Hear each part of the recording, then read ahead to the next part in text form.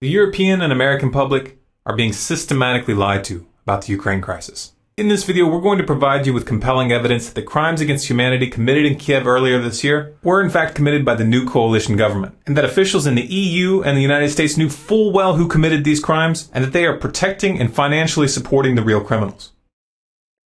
On February 20th of 2013, the world was shocked by video footage of snipers firing on protesters in Kiev, Ukraine. 21 people were murdered, and it was widely assumed that President Viktor Yanukovych and his supporters were behind the attacks.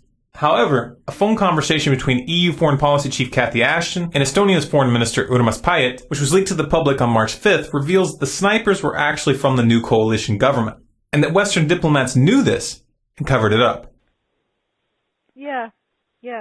So that he has some sort of, how to say, trust among all these Maidan people and civil society. And second, what was quite disturbing, the same Olga told that, well, all the evidence shows that people who were killed by snipers from both sides, among policemen and people from the streets, that they were the same snipers killing people from both sides. Well, that's.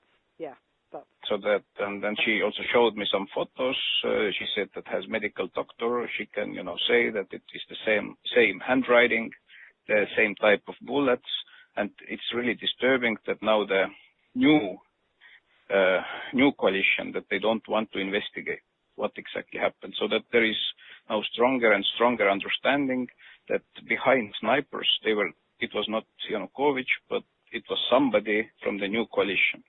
For some reason, the US media didn't think that little detail was worth covering. But wait, I thought the opposition protesters were just peaceful activists who wanted a chance to join the European Union. Well, yeah, that's the official narrative that the US media outlets are peddling. But the real story is far more ominous. It turns out that the most powerful and influential contingent in the opposition is a coalition of literal fascists and neo-Nazis. And they aren't peaceful. In fact, they're extremely brutal.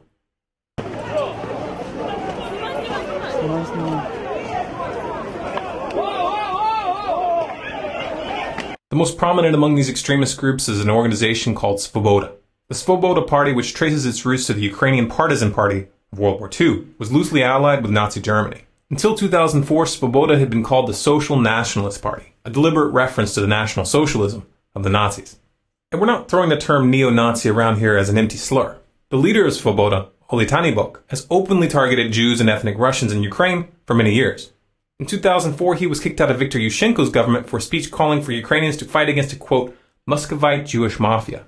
And in 2005, he signed his name to an open letter to the leadership of Ukraine entitled, Stop the Criminal Activities of Organized Jewry. And none of this was a secret. The BBC was already reporting on the danger that Svoboda's rise posed back in 2012. And the EU passed a resolution that same year condemning Svoboda as, quote, racist, anti-Semitic, and xenophobic. Yet somehow the US government thought it was appropriate to back these extremists. This is a picture of Victoria Nuland from the U.S. State Department meeting with Oleg Tanibok in February. And this is a picture of Senator John McCain sharing a stage with Tanibok in December. But why would the U.S. government work with neo-Nazis? Because they thought that they could control the situation. They thought that they could install their puppets behind the scenes and manipulate the situation in their favor. That same Victoria Nuland who met with Svoboda in February was caught on another leaked call discussing who they would put in power. What do you think? I think we're in play. The Klitschko piece is obviously the complicated electron here, especially the announcement of him as deputy prime minister. And you've seen some of my notes on the troubles in the marriage right now, so we're trying to get a read really fast on where he is on this stuff. But I think your argument to him, which you'll need to make, I think that's the next phone call we want to set up, is exactly the one you made to Yachts. And I'm glad you sort of put him on the spot on where he fits in this scenario. And I'm very glad he said what he said in response. Good. So I don't think Klitsch should go into the government. I don't think it's necessary. I don't think it's a good idea. Yeah, I mean, I guess you think, in terms of him not going into the government, just let him sort of stay out and do his political homework and stuff. I'm just thinking, in terms of sort of the process moving ahead, we want to keep the moderate Democrats together. The problem is going to be Tanibok and his guys. And, I'm sure that's part of what Yanukovych is calculating on all of this. I think Yats is the guy who's got the economic experience, the governing experience. He's the guy, what he needs is Cleach and Tony Book on the outside. He needs to be talking to them 4 times a week. I just think Cleach going in, he's going to be at that level working for Yatsenyuk. It's just not going to work. Yeah, no, I think that's right. Okay. The mainstream media tried to draw your attention away from the important part of that conversation by focusing on the fact that she used a cuss word when referring to the EU. Did I write you that this morning? Yeah, I saw that. He's now gotten both Sari and Ban Ki-moon to agree that Sari could come in Monday or Tuesday. Okay. So that would be great, I think, to help glue this thing and have the UN help glue it. And, fuck the EU. The U.S. government thought that they could control this beast, but they were wrong. Svoboda and the right sector are not toys to be played with. These groups are armed, they're forceful, and they view this crisis as an opportunity to reshape Ukraine in their own image. This video shows a prominent leader from the right sector, Alexander Muzichko, brandishing an AK-47 in Parliament, letting them know who's in charge. This is the same Alexander Muzichko who's made public statements in the past vowing to, quote, fight against Jews, communists, and Russian scum for as long as he lives. As long as I live, I will fight against Jews, communists, and Russian scum.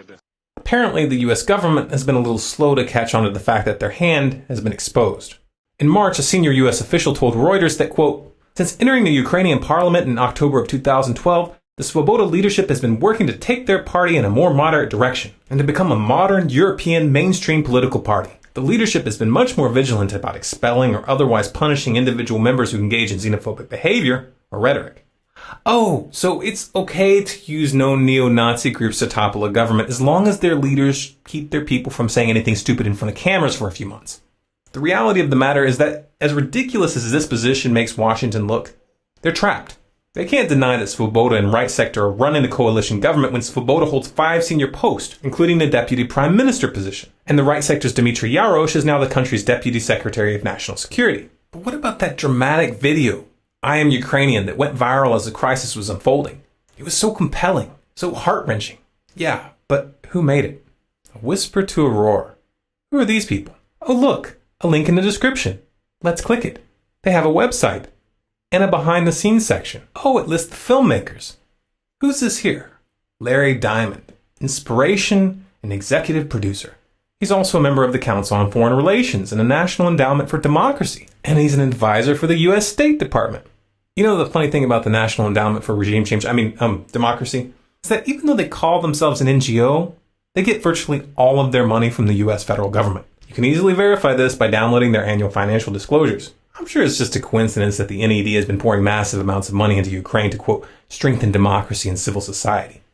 That sounds nice, doesn't it? Democracy, civil society. Of course, by now you've realized that when they talk about spreading democracy, what they really mean is regime change. And they are willing to work with the most despicable elements when it's expedient.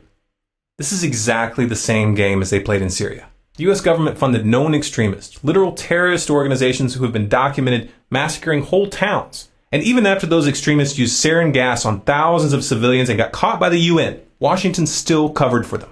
Even to this day, they are still funding those murderers. They are still training them. And they are still sending them weapons. There's a word for that. State-backed terrorism. But the situation in Ukraine didn't unfold as planned. The Parliament of Crimea in the south of Ukraine voted to secede. And they're putting the decision up for a public referendum on March 16th. The U.S. government claims that this referendum is unconstitutional and says that they won't recognize Crimea's decision as legitimate regardless of the outcome.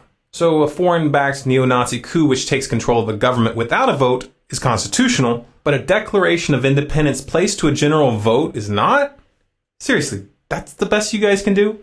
Who writes these scripts? Take a step back and look at the pattern. The real stakes of this drama are much bigger than Ukraine or Syria. And these are not random or isolated events. We are witnessing the final stages of a geopolitical chess game that is designed to end in war. But in order to get that war, they need to convince you, the public, that they didn't see this coming. They need you to believe that the other side was the aggressor. They're counting on you not paying attention to the fact that Obama signed an order targeting Russia with sanctions this past week and revoking the visas of a number of Russian diplomats. They're counting on you not noticing that Russia had warned that such a move would result in Russia dropping the dollar and encouraging others to do so as well. Oh, and did I mention that China is on Russia's side in this conflict? The same China who keeps our economy afloat by loaning us more and more money. That's a brilliant idea. start an economic war with China. These people are counting on you to be too naive to realize that economic warfare invites physical warfare. They're playing chicken with your children's future, and they think you're too stupid to connect the dots. Prove them wrong. We highly recommend that you verify the information presented here for yourself. In the description, you'll find a link to a page on our website which lists all of our sources.